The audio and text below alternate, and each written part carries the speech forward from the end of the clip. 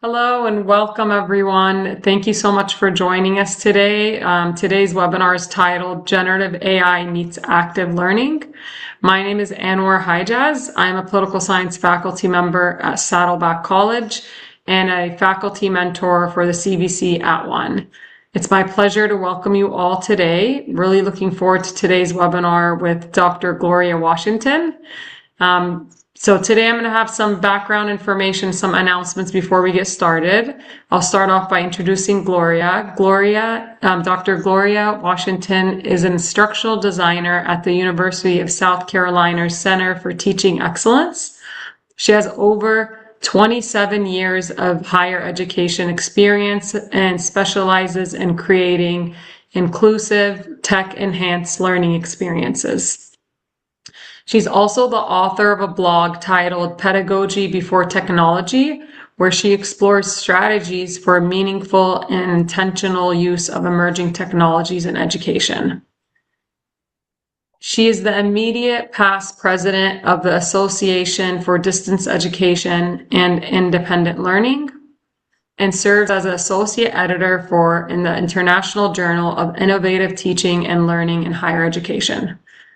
Her approach to instructional design prioritizes pedagogy first, ensuring that technology serves as a tool to enhance rather than drive the learning experience. So during today's webinar, we will be sharing out a survey for everyone. If you could please take a few minutes of your time to complete the survey, that would tremendously help for us to make sure we tailor future programming based on your needs. I would like to extend a special thank you to our ASL interpreters for being here today and for making this session more accessible and inclusive for all our participants. And then if you need proof of attending for flex credit or professional advancement, please stay until the end of this webinar, complete the survey, and request a copy of your responses in the Google form, and you can use that as documentation. With that, I will go ahead and turn it to you, Gloria. Thank you. Dr. Gloria. No problem. Thank you so much for that introduction. And I'm glad to have the opportunity to explore how generative AI can support active learning. But we're going to begin with pedagogy, not technology. So before we jump in, I'd like to get a quick sense of the actual room. So a poll should appear on our screen, I think. And if you can respond to this question, how would you describe your use of active learning? Regularly, sometimes, rare, or unsure? And let me see if I'm the one that needs to do the poll. Push the poll. Let me check. Yeah, I'm the one that's supposed to launch it, y'all. So here's the poll. I see a lot of regularly. I see some unsure. Sometimes, small percentage, rarely, majority, regularly.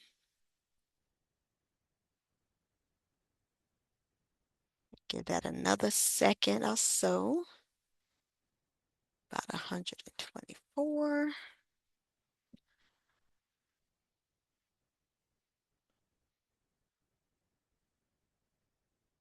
Okay, let me go ahead and end the poll. Wanted to kind of try to give everybody a chance. I'll give it one more quick second.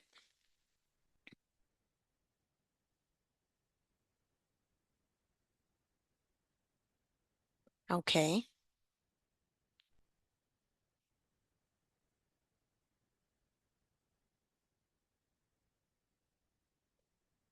Okay, let me go ahead and close that. So we had a variation, but mostly regularly. We did have some unsure people. And so thanks so much because that will be helpful as we move through. And so here's what we're focused on today. Applying prompt writing strategies, but always grounded in learning outcomes. designing interactive learning experiences and not just generating ideas, evaluating AI generated activities for alignment and structure, and then finally, thinking intentionally about how and when to integrate AI into your teaching and learning and student learning. And the goal is not to redesign an entire course. It is to strengthen your design thinking. So to do that well, we'll need to share or have a shared understanding of what active learning is. Oh, I skipped. Sorry. Clicked too many times. Active learning isn't about doing more. It's about thinking more deeply. At its core, active learning involves students doing something and thinking about what they are doing. It emphasizes both action and reflection, not just participation. Students can be busy without engaging deeply. They can complete tasks without examining ideas. Active learning requires intentional opportunities for students to analyze, evaluate, apply, or create, to work with ideas rather than simply receive them. And especially in an online environment, that level of engagement doesn't happen automatically. It has to be designed. So before we talk about AI, we need clarity on this distinction. Active learning is about depth and thinking, not volume of activity. So let's look at what this difference looks like in course design. Active learning matters because it changes how students process information. When students analyze or apply concepts, they develop deeper understanding, not just short term recall. It also supports transfer of knowledge. Students are more likely to apply what they learned in new contexts beyond a quiz or an exam. And active learning promotes sustained engagement. Students are cognitively involved, not just completing tasks. And in online courses, especially asynchronous ones, as I mentioned before, structured active learning creates opportunity for meaningful interaction between students and with the instructors. And when activities require analysis, feedback, revision, or discussion, they naturally support regular and substantive interaction. And that level of engagement just does not happen by accident.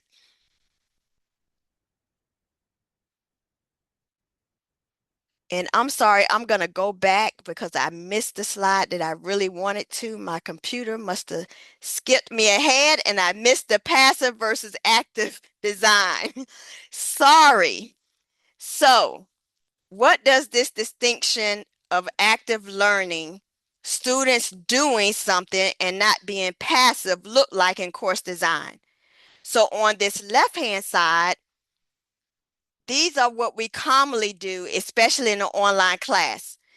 Students watch, read, complete, submit. These activities aren't bad, but they do serve a purpose.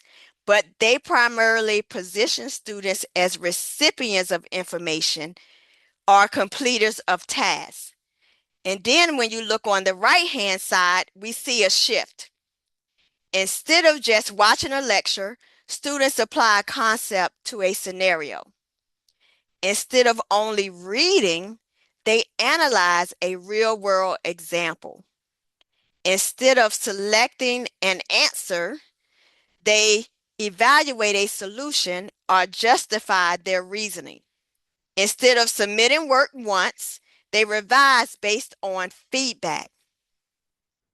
The difference isn't the presence of activity, it's the level of engagement with ideas. Active design requires students to work with content, to interpret, compare, critique, or refine. And that level of engagement doesn't happen accidentally, it is structured, and that's why designing strong learning activities takes intentional design.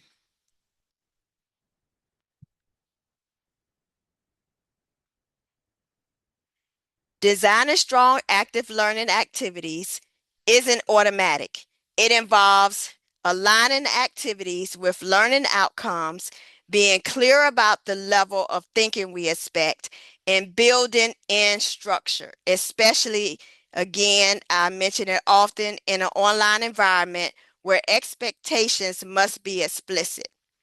And this takes time to think through alignment, time to draft clear instructions, time to refine and adjust.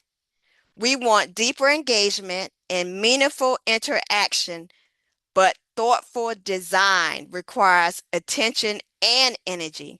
That tension is real in our courses. That's where generative AI can become useful, not as a shortcut, but as a design partner. AI can support the drafting and refinement process while we maintain alignment, rigor, and instructor presence. So before we open any AI tool, we need a design lens.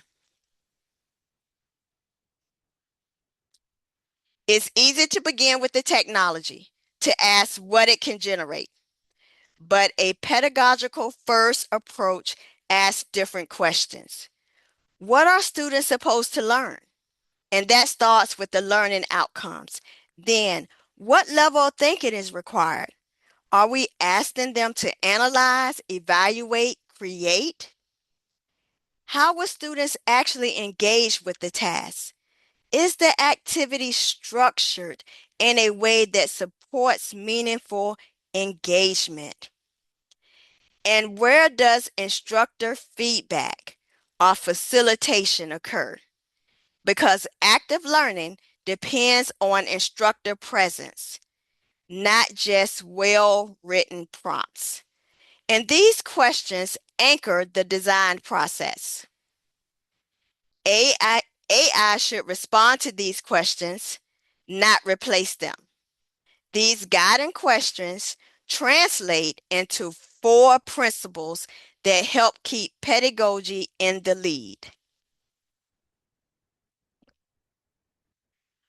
The first principle is about starting in the right place.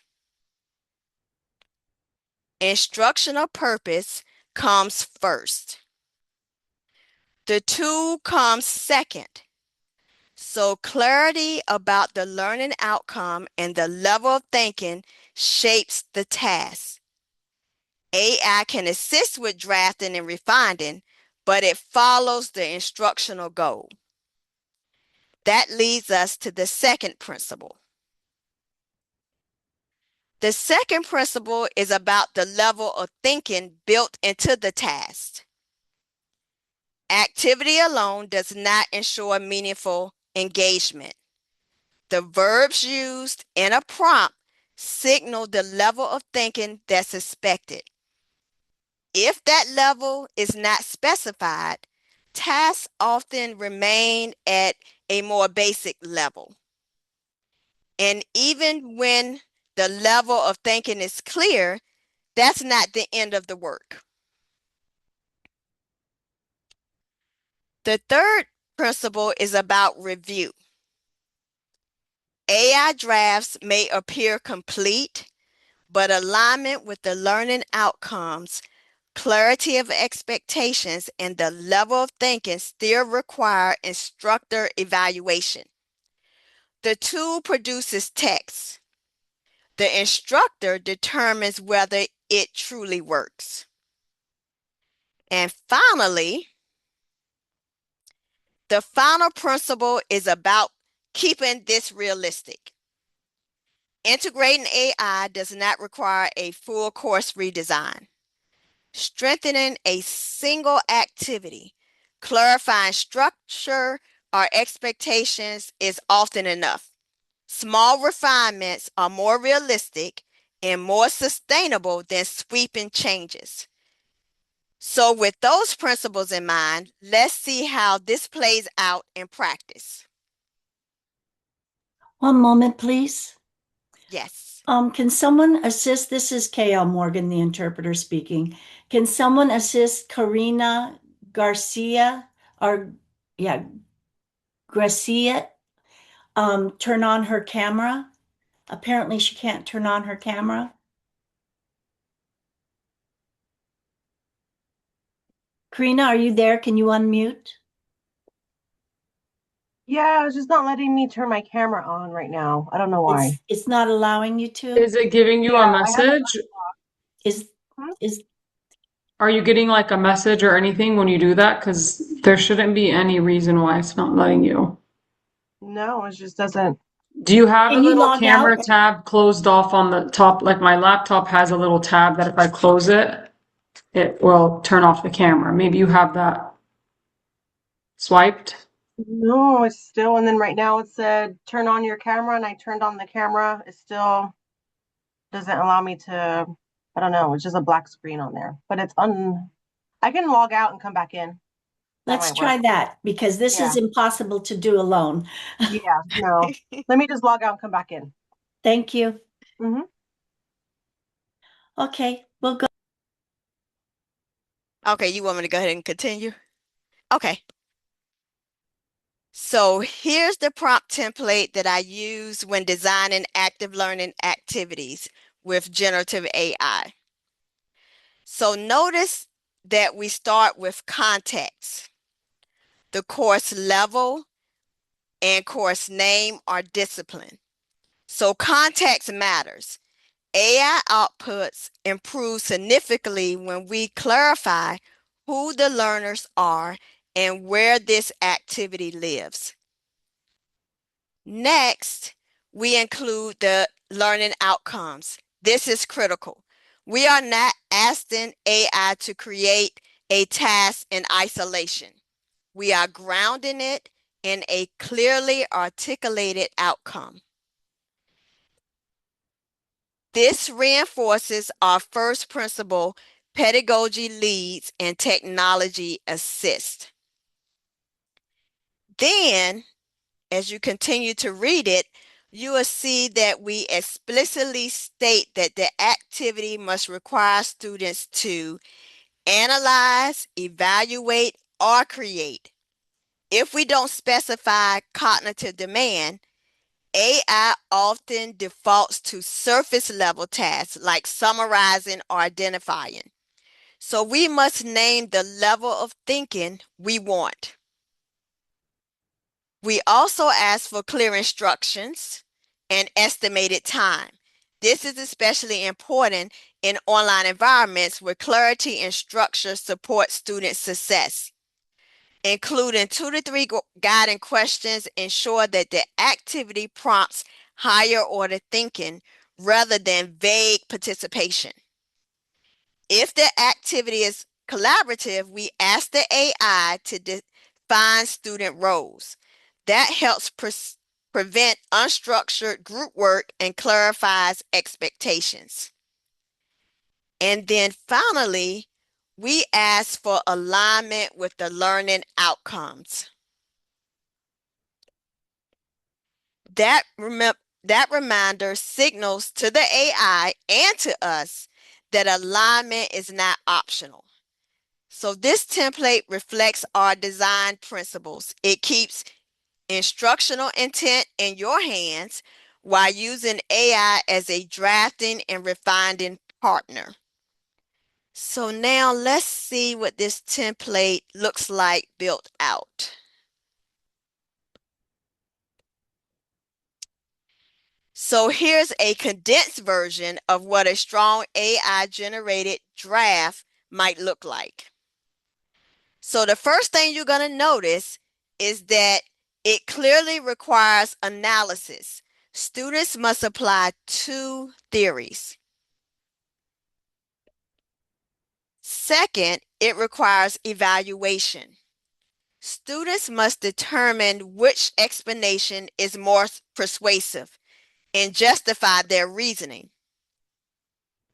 That's important. It moves beyond recall or summary, and the estimated time provides some structure. The task is clearly articulated. The guiding questions reinforce higher order thinking. On the surface, this looks strong. It appears aligned with the outcomes, structured, and cognitively demanding. But notice, expectations aren't fully specified. Word counts aren't defined. The peer response is open-ended. This is where instructor judgment becomes essential. So let's look at a refined version.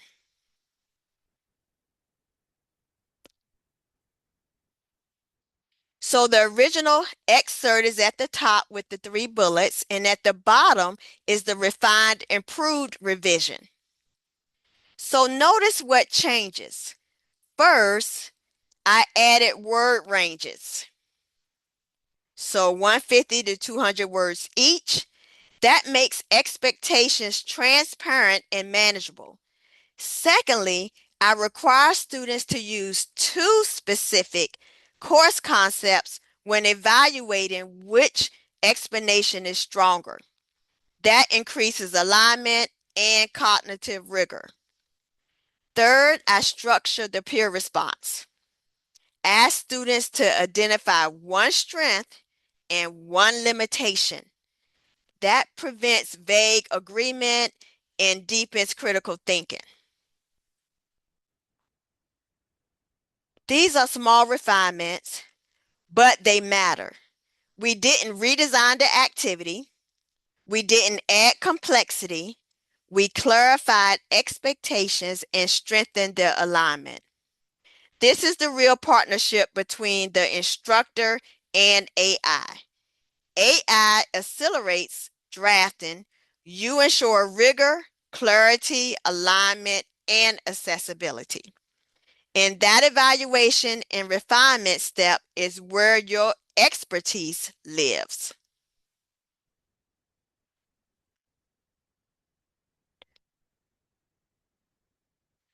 So we just walked through a design cycle. We started with the learning outcome, not the tool. We clarified the cognitive demand, analysis, and evaluation. We used AI to generate a draft. Then we evaluated it critically. And finally, we refined it intentionally. That refinement step is where your expertise matters most. AI can quickly, and I mean very quickly, give you a draft activity, but it does not determine alignment, it does not ensure rigor, and it does not replace instructional judgment. So this cycle is transferable across any discipline. The content may change, the structure does not. So let's zoom out and talk about how to integrate this process intentionally into your teaching.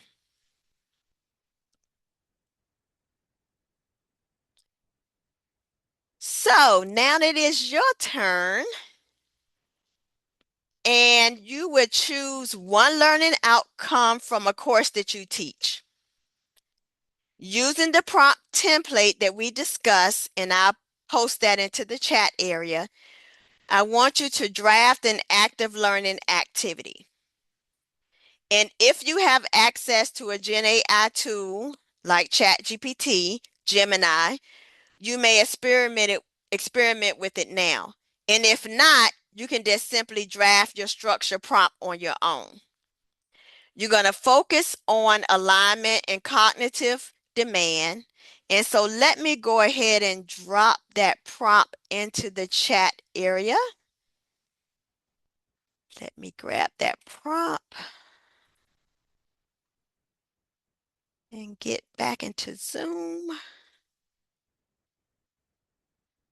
Let me see if I can find my chat area. Okay.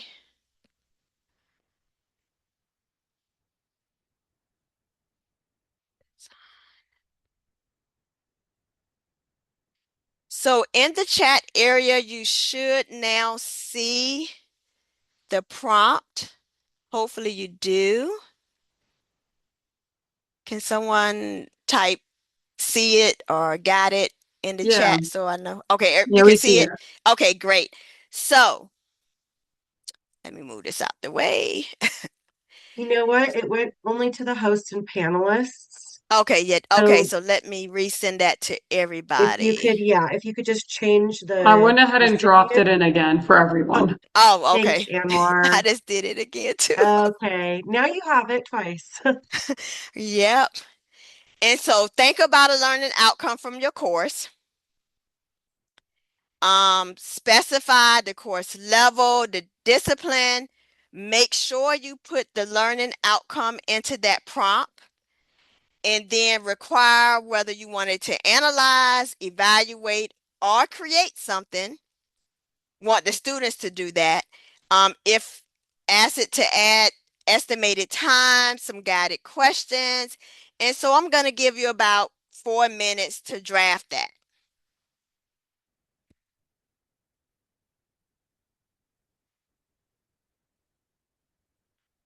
And if you're comfortable posting it into the chat, feel free to post it into the chat as well.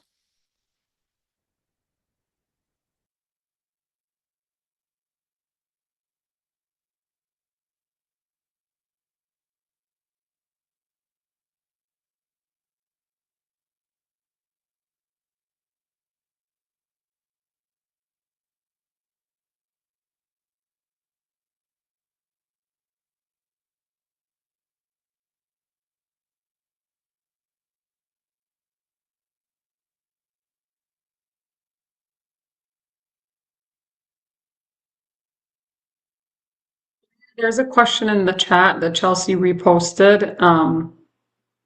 It was from Mark. He mentioned, are the students using a particular AI app for activities?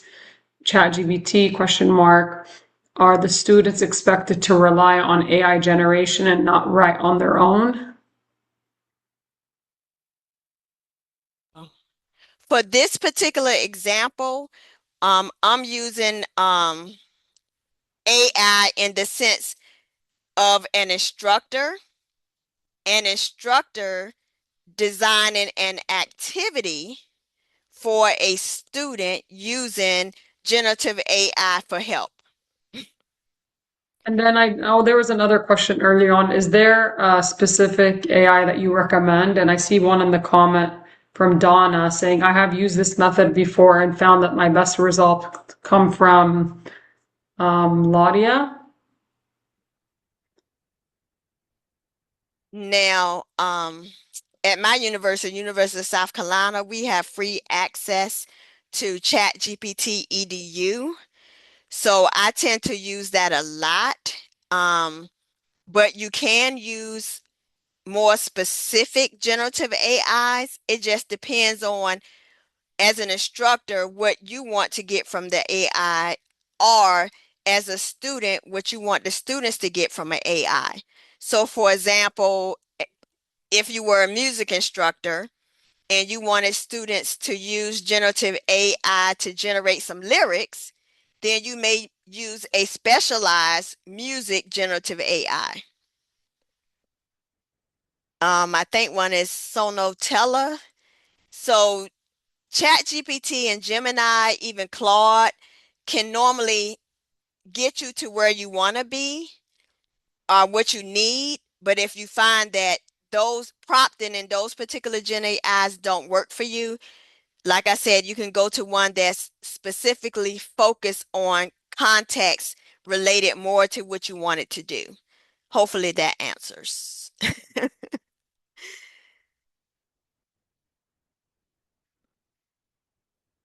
So now it all depends on this. Again, this particular prompt is just helping me as an instructor.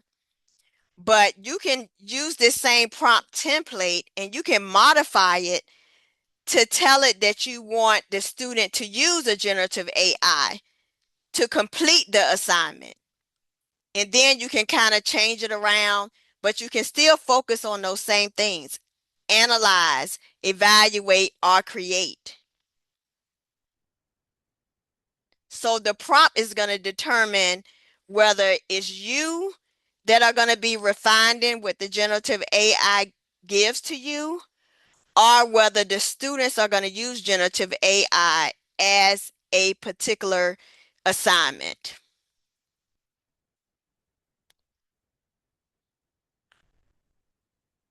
And I see another question. Does the community college system provide access to Gemini? I'm not sure of that, but Gemini is a Google product. So if you have Google, you have Gemini. And I believe most campuses are Microsoft campuses. So I know Copilot is included in a lot of people's, like Christy said, because most colleges use Outlook and Microsoft. Oh, okay. Yeah, we have Copilot integrated into our Microsoft as well. And with that said, I kind of find Copilot to be more of my professional or maybe writing, staff side stuff, administrative. But I find that something like ChatGPT with a prompt like this kind of delivers a result more that I'm looking for. But that's just me.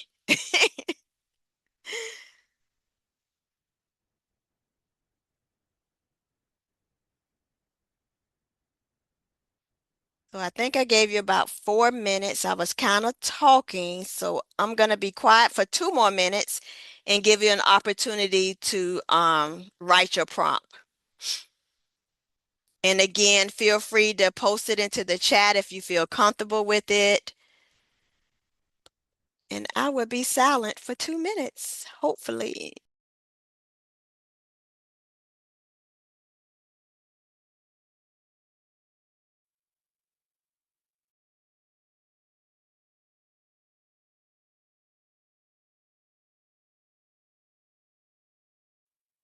A few people have started to drop in their prompts that they received, which is great.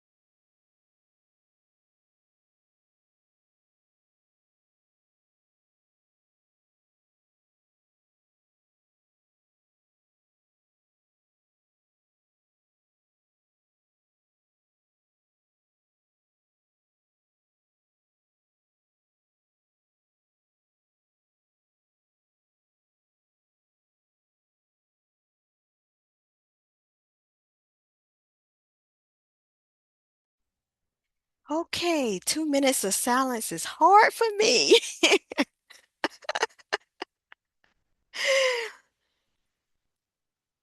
Okay, now for a quick reflection. In the chat, please type one word that answers this prompt. What did the template help you clarify? Some examples: alignment, clarity, rigor, structure, or expectations. So again, one word. What did the template help you clarify? And so I give you about 30 seconds to post one word, and I'll take a look at the prompt, at the chat.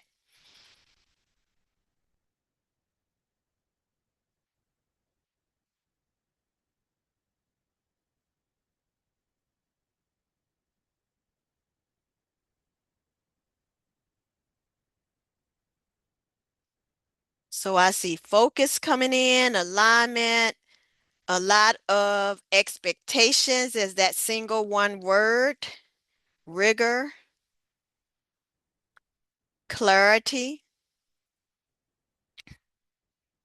So sometimes it's helpful for us to take a step back, revisit our learning outcomes for the actual course, and then look at what activities would fulfill these particular outcomes. And so we have our learning outcomes first, and then we have our assessments, which should align with those learning outcomes. Then we move on to our activities, which should be aligned to our assessments. So the activities should help students be able to complete assessments, and then that lines back to your learning outcomes. So you should see that pattern as you're going through your course and maybe thinking about redesign, or even in just reviewing your course, maybe at the end of the semester, midpoint, to see where you are as far as alignment. Because aligning your courses is going to be important when you go to using GenAI to generate activities for your students. And it's going to be important for your students if you have your students use a generative AI to complete an assignment.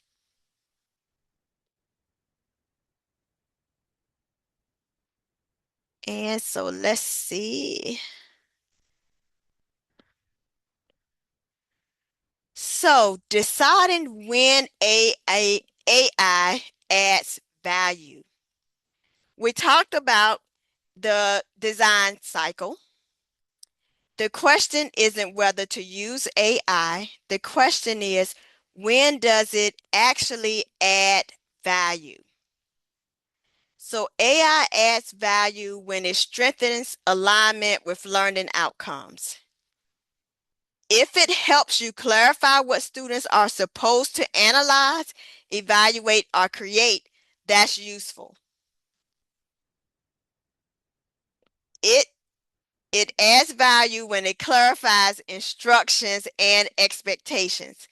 So when it helps you move from summary to analysis, from recall to evaluation, and this is from the student side, students can be better successful in meeting the assessment goals.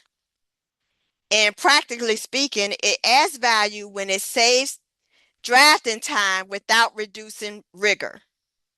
Because we all know that AI can give us things very quickly, faster than we can even press the enter button. But we should reconsider using AI when it begins to replace meaningful instructor interaction. Active learning depends on facilitation, feedback, and presence. We should also reconsider when it lowers cognitive demand. So when tasks drift into summary or surface level engagement, and especially in our instructional environment, our course environments, and especially online, we must think about access and equality. If an activity depends on a tool that students may not have access to, we need to rethink that design. The goal is not to use AI everywhere. The goal is to use it where it meaningfully strengthens intentional design. And so that brings us back to the central idea of this session. AI is most powerful when it strengthens intentional design. The tool matters less than the thinking behind it. And so I'll pause here, and I'm happy to take a few questions before I try to attempt a live demo. So if you have any specific questions, go ahead and type them into the chat area while I prep ChatGPT.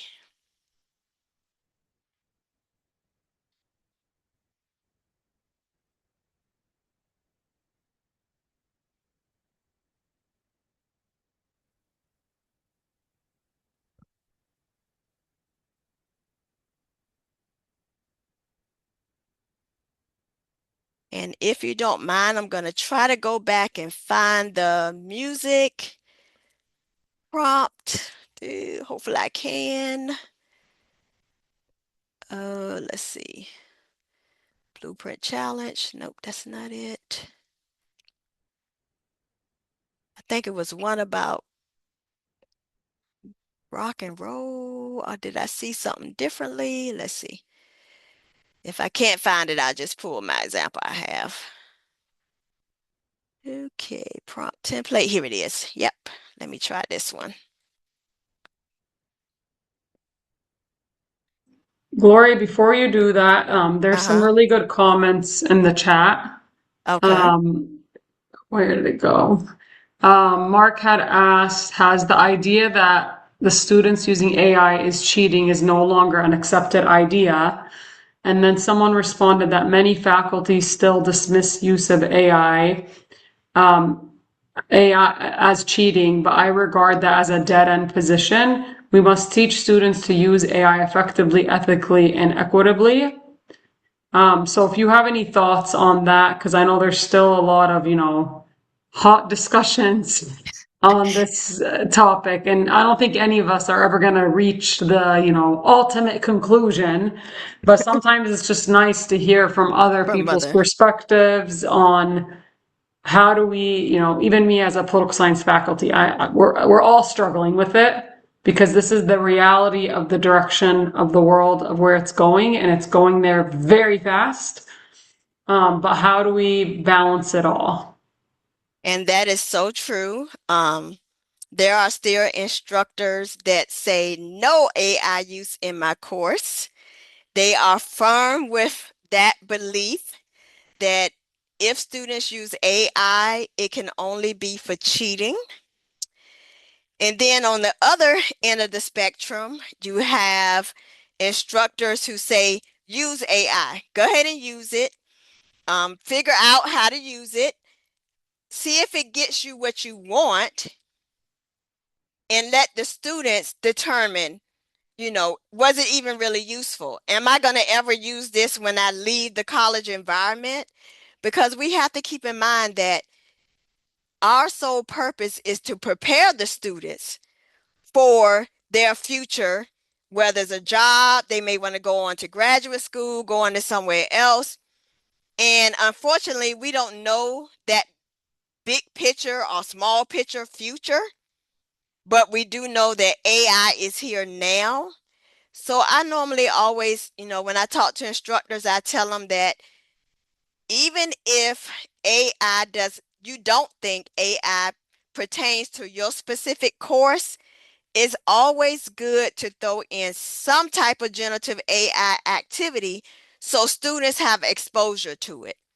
So they're not turning to it as a shortcut, but maybe they're turned to it to help it, like in Grammarly. There's AI in Grammarly. So maybe they're turned to Grammarly not to have Grammarly rewrite their whole paper, but to simply help guide them through fixing grammatical errors, fixing structure in their writing.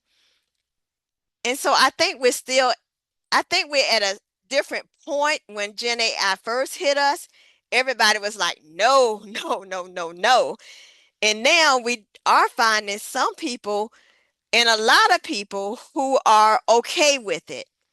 And then on the other side, on the student side perspective, we hear a lot of some students don't want to use it.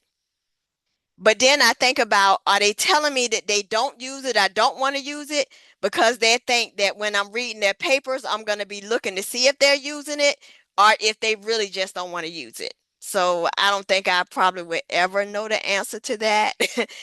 But if we can get students to see how it benefits them and then see when it doesn't benefit them. Because if it completes the entire assignment, if they just put a prompt in there and say, oh, here are the assignment instructors from the teacher, and then ChatGPT or Gemini or Claude or something else they're using gives them their entire answer, the whole thing they need, whether it was a case study, whatever this activity was that we thought was that students couldn't do with AI, they'll find a way around it. I mean, it's just like with when they had students had other people writing their papers.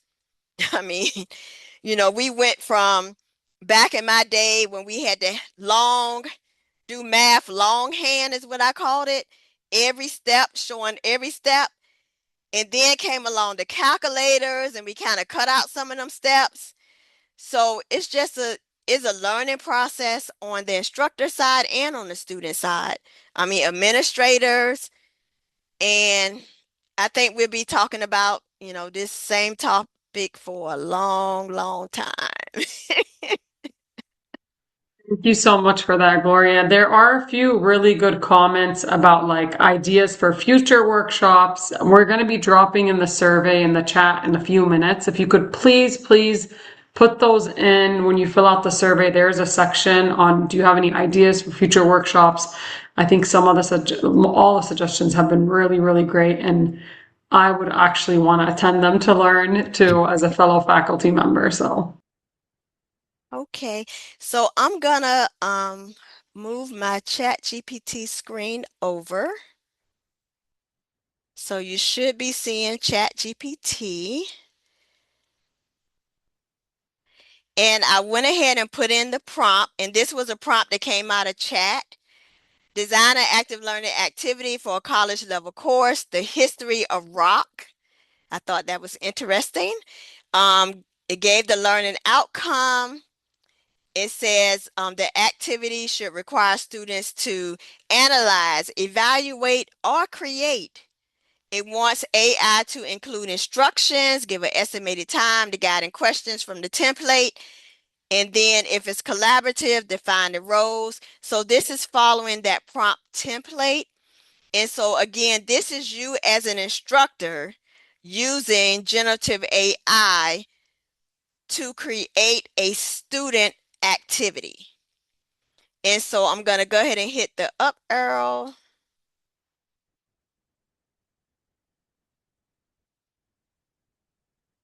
Okay, so it starts out, of course, as it normally does. Here is an active collaborative learning activity. And then learning outcome students. So it's restating the learning outcome. And then it tells us the same thing we asked it to do. This requires students to analyze, evaluate, and create. And so it breaks down, gives us a little nice emoji from rock and roll, from R&B to rock and roll, the power of the riff, and an estimated time 45 to 60 minutes. And then it gives us a part 1, what materials they'll need. And I'm gonna move slowly down. It gives the students instructions, 20 minutes. Students will form groups, so this would be a group activity. And then while listening, students annotate. And then it groups complete a short comparison chart. I like that idea of the chart. And then it defines roles. So music analyst, historian, structure mapper, and reporter. And then it moves on to part 2, gives some instructions for part 2. And then part 3, share out and evaluate. And then let's take a look at these guiding questions provided to the students. How does the riff function structurally in both the R&B and rock examples? What musical elements change as the riff moves from R&B to rock? And why do you think the riff became central to rock identity? And then it sums up to let us know the alignment with the learning outcomes, and it tells us that analyze the musical structure of riffs in R&B and rock. Then the students will evaluate how riff function. They will create a historically grounded transformation. And so at the end, it tells us students move beyond recognizing riffs to understanding their historical evaluation in genre defining role. So I think this is pretty good.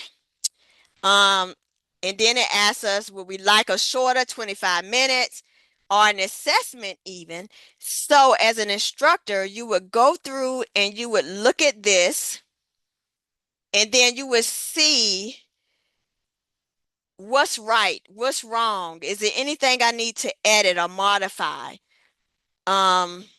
Maybe you don't want them to do the listening and analysis. Maybe not, because they're not at that point in the class or something like that. Share out and discussion is always good. When students use generative AI for an assignment, it's always good to get them to reflect as well.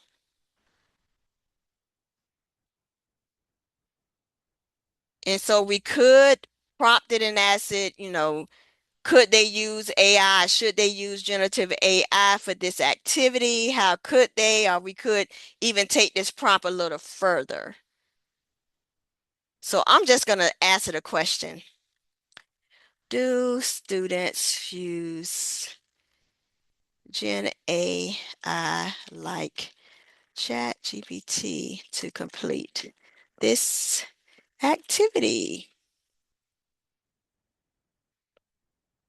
And let's see what it thinks. Yes, students can use generative AI for this activity and where generative AI can be used. So we can read through this as well and see, oh, do I want students to use generative AI in this particular area? Oh, maybe I don't want them to use it in a different area. And then down here, it even tells us where Gen AI should not be used. Automatically generate analysis instead of listening. Good reason for not using it. Write final comparison charts verbatim from a prompt. I agree with that. Create fully developed riffs without student input, or write responses without first doing their own musical engagement. So if we were to have students use generative AI, maybe it would be in all the areas that ChatGPT recommended. Maybe it would only be in one of the areas. But the key is that we would definitely have to give them some guidelines, some safe use guidelines. And so ChatGPT is suggesting some GenAI safe use guidelines for students. And we got about 6 minutes, so I can't remember who I pulled this prompt for, but if you wanted to type something in the chat in reference to this particular response from ChatGPT, was it helpful? Was it a good starter? Do you see this as almost final and maybe just having to change a few things?